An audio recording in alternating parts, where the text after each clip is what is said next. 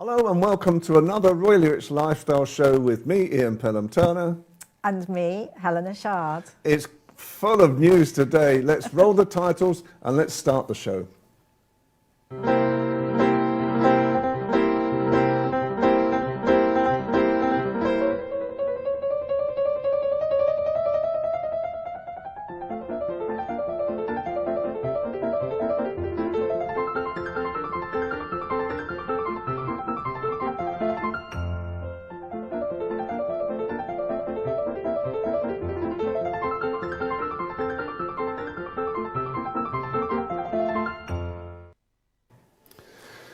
What a week. Oh, royal things are happening and then royal appointments are being cancelled, election fever.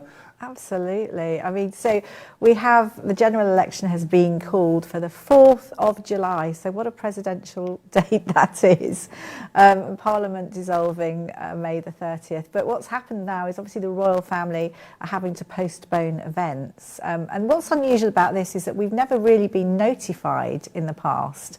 Late Queen Elizabeth would never have referred to it, so it's a different kind of situation that we're being advised. I mean, I can understand why, because obviously the royal family can't be seen to be lending favour to any party and have to keep neutrality. Absolutely, and Charles has been caught out as well because 4th of July he's in Edinburgh, having the garden parties in Edinburgh. Yes. Of course, he's got to come back on the 5th to receive the new Prime Minister. Yeah, and will he be well enough? I mean, I've got a feeling maybe that will happen, still continue. There's so many different, I mean, it's the busiest time, isn't it, for the royals? And we've got the 80th D-Day celebrations coming up in France and all the ceremonial events, the Trooping of the Colour, Order of the Garter, Royal Ascot. And one of the things coming up, I think late July, is the Japanese state visit, but they still think that possibly will take place because we've got, you know, all the leaders will be there. So it's not just one preferential party. It's one of these things. I mean, obviously, it was rumoured that Charles was going to ride from Buckingham Palace to Trooping of the Colour. And I mean, all power to him if he can do that. You know, I think at the moment, but he's doing an incredible job right now. William, I think, is really trying to sort of hold the royal family together again as well. And obviously, there's Kate. I think a lot of the royal family are being stoic and very, very strong, and it's just lovely to see them out and about. And I think I'm going to start with a very sunny Chelsea flower show, absolutely in bloom. Members of the public can go there at the moment, and it's absolutely stunning.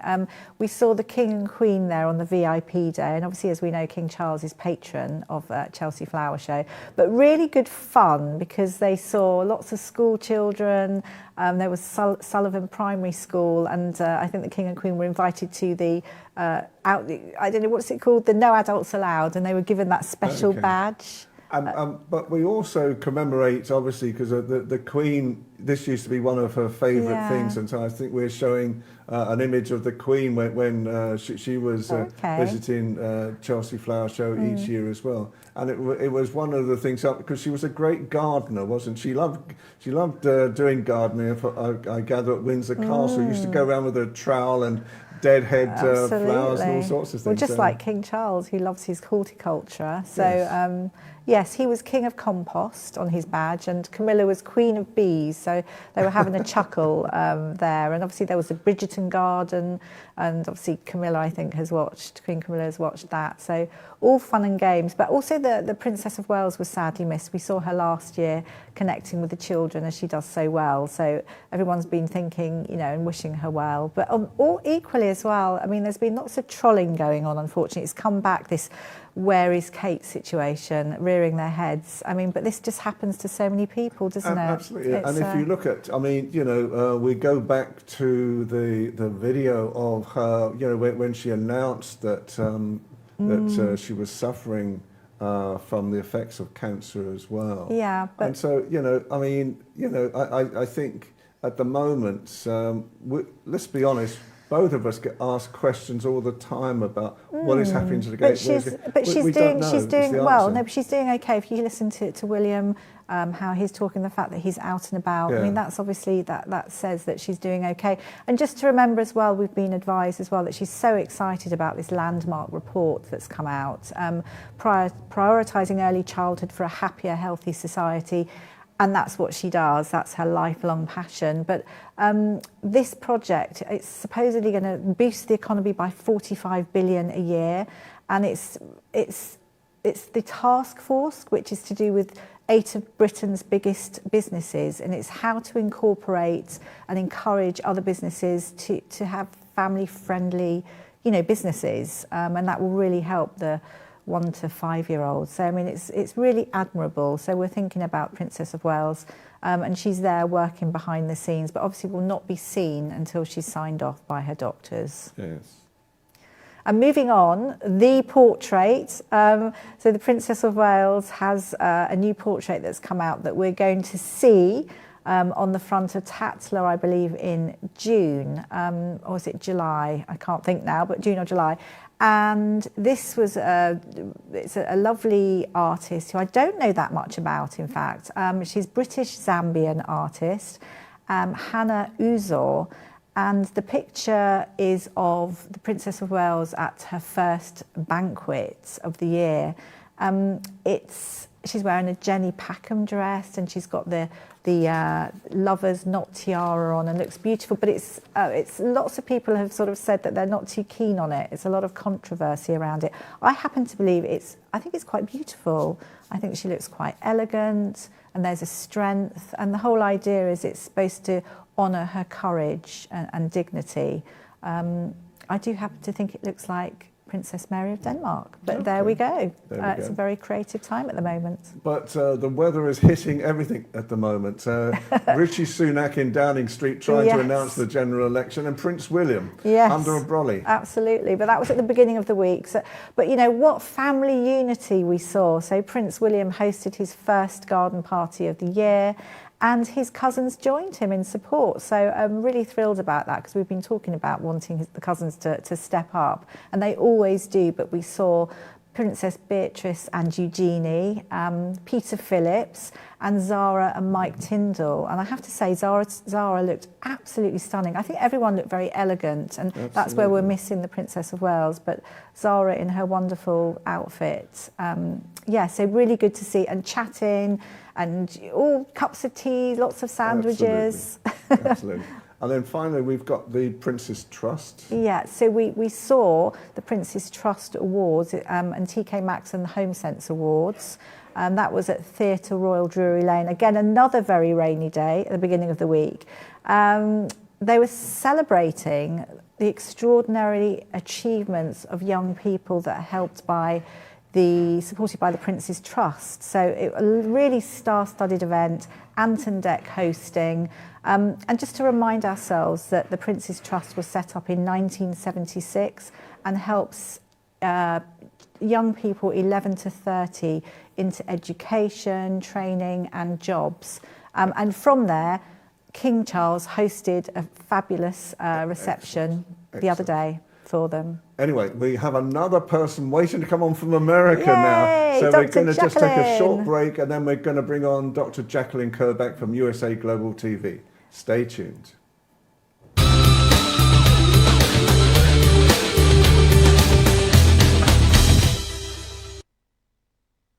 Okay, welcome back. And now we have the wonderful Dr. Jacqueline Kerbeck from USA Global TV.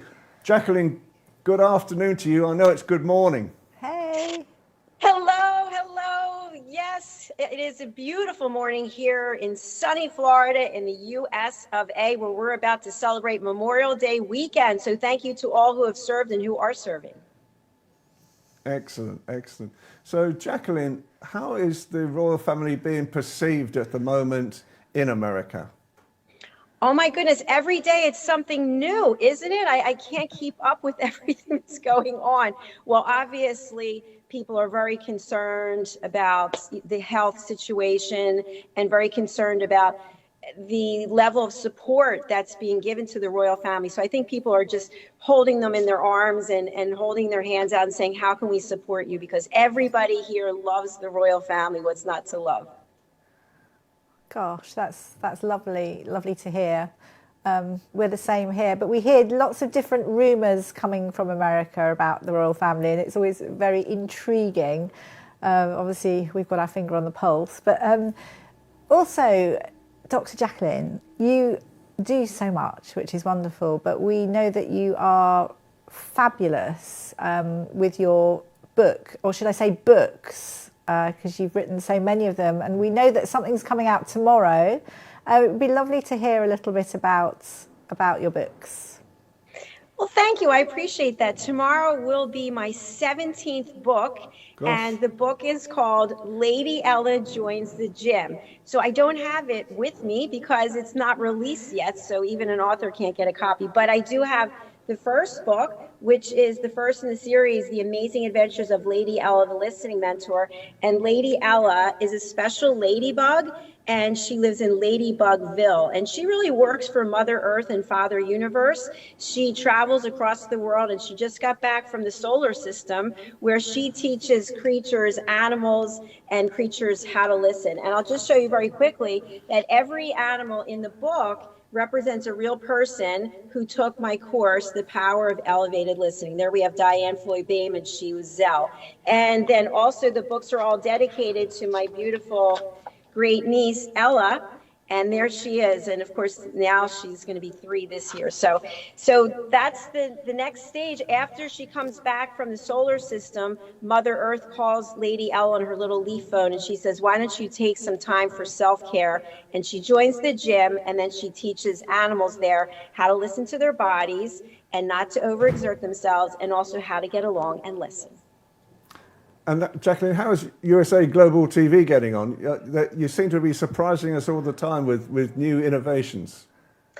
Well, thank you. Thank you so much. We are growing by leaps and bounds. We just had a Mother's Day special where people had the opportunity to record one show, one episode, to see if they like being a TV show host. And we had a bunch of people sign up. And so we've got new people who've joined our platform. They liked it so much.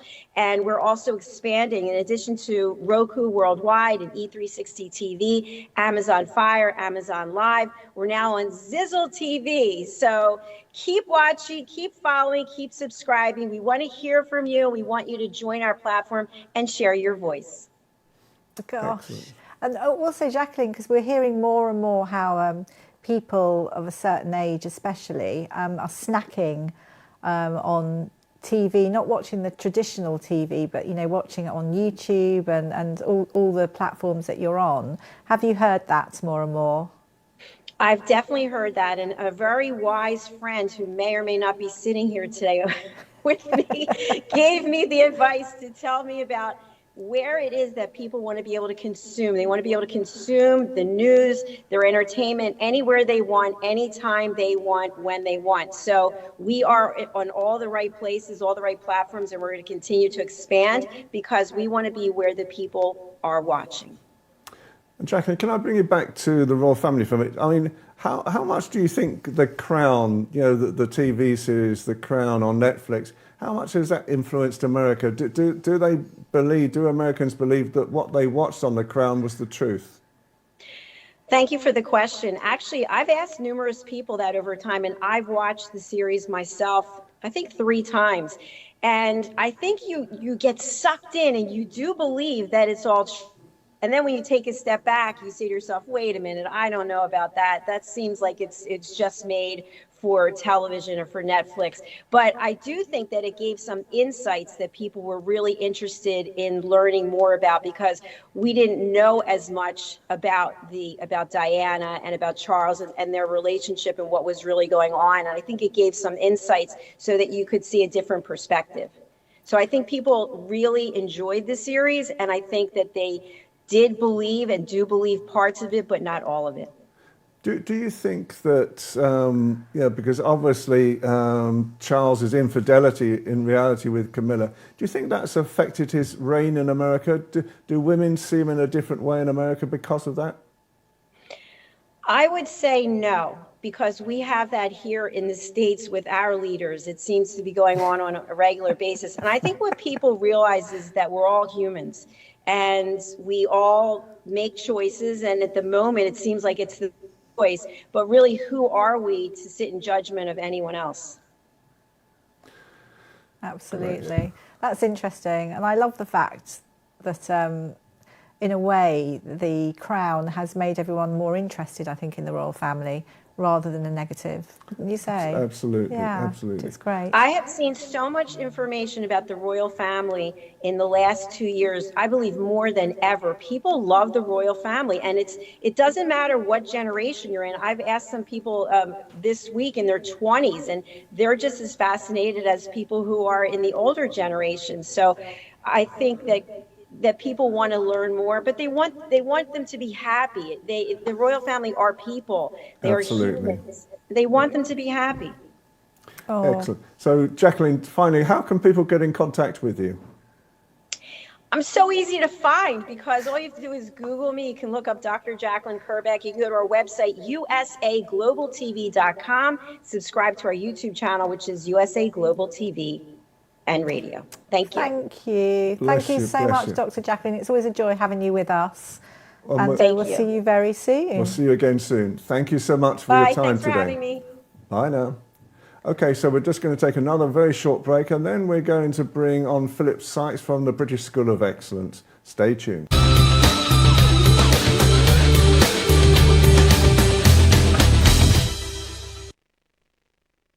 Welcome back, and now we have Philip Sykes from the British School of Excellence, our great friend, and guess what, the Globetrotter as well.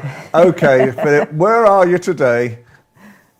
A lovely, lovely time and day to see you both. Thank you very much as always. And I'm reporting to you from the beautiful country Greece, which is really an amazing part of the world. Managed to get some coaching and training, working for a fine establishment just before their season really gets crazy. And I'm thrilled to be joining you today as always. Bless you. Perfect. So obviously it's the general elections now. If you were sort of giving guidance to MPs, what would be the etiquette and really the importance of presenting themselves well, and what type of ethics should they be looking at? Great question, Ian, as always. Firstly, communication and the campaign conduct. Honesty, integrity. We need to be clear. As politicians, they need to provide truthful, proper information, not make false promises or misleading statements, and the integrity is fundamental. We need to be very clear, and politicians need to be respectful. I think respectful discourse is the word I'm looking for. Engage in a respectful debate, avoiding personal attacks. And this is something I've always found very shocking, is these personal attacks that take place. I think it's untoward, and it really does get the hair up on many people's backs, so to speak. And it doesn't show great etiquette and manners, and the old adverse saying of, act until you become, or, do unto us as you wish him to do unto you. That's not the behavior that we need to be seeing right now. Language is fundamental, and let's not do anything in the sense of defamation of our opponent, of our opponents. I think that is crucial. You've seen that too many times, or should I say one too many times. The transparency from the politicians, be open about policies and the funding behind it, and any potential conflicts of interest that might be in the pipeline. There needs to be transparency. That is fundamental. We need to have the responsibility in public statements, and really be careful with public statements to avoid spreading misinformation or causing undue panic or unrest. And then again, I think presentation, public appearance and interactions are fundamental. I think professional appearance is absolutely key. Dressing appropriately to connect with your audience, reflecting the sort of seriousness and respect for the position that they stand for and seek, that they're looking for. These politicians, they need to be punctual. They need to be on time. They need to really learn to connect and engage with their voters. Remember, ladies and gentlemen out there, people buy people, and people tend to do business with people they like and trust. So this is key from a politician's point of view, is they've got to build that rapport and that real confidence, and they've got to take on those concerns with really good answers. They've got to think things through, not to worm their way out of a question that they might be asked. Philip, that's great. So obviously tolerance, I think, features highly in there as well, and it makes a peaceful world. How about, well, there's all these things really that everyone should be honest, etc. But what about the can-do attitude, really, and being able to relate that energy to everybody going forward? That's a great question. This is what this is all about, is not only being able to relate that energy, but to relay the message, and then to be able to follow through on what you've put out in the public zone, and not to retract on what you've shared and said, because you can give lip service and people may believe you in the short term, but once you've taken office and you start letting people down, those people that you've let down don't have a recourse to chuck you out and put someone else in place. And this is where there are just so many points of letdown. I think as well, thinking about our political system, we've had lots of lies upon lies upon lies, and the general public have now just had enough. It's almost like there's some kind of revolt, and everyone just, wants to bin it, and everyone wants justice. So, how can any political leader sort of push themselves through? Again, I guess it's etiquette, but is there anything absolutely special that they need? Is there a special nugget that, you can win people over?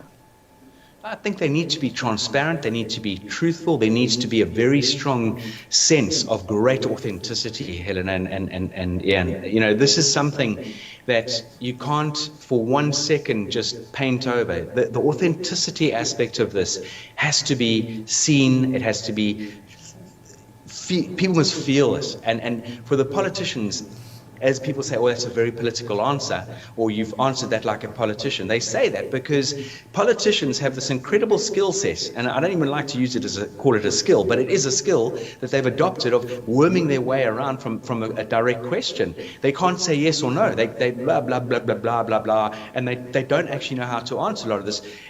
And there are many politicians, I don't want to name anyone in particular, that are taskmasters at this. How do we as the public start to connect with a potential new government, new prime minister? That's a big question. And people out there running for office really need to go back to square one and understand that whatever you are putting in the manifestos, whatever you are putting in, whatever it might be, whether it be budgets, the hospital plans, you need to have your ducks in a row. You need to have your research in line. You need to have your researchers on your side, that you're getting factual information, because that is where this sort of stems from.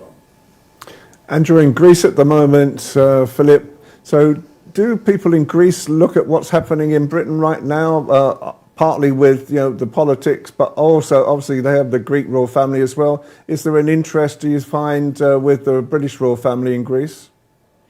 Not that I've picked up on, Ian, at this stage. I haven't really had an opportunity to discuss this particular announcement because it's so fresh, and I think a lot of people around the world are sort of either only receiving this news now or will have received it and they're digesting it. So at the moment, I haven't got any sort of insight into where the Greek population stand on what's happening in the United Kingdom.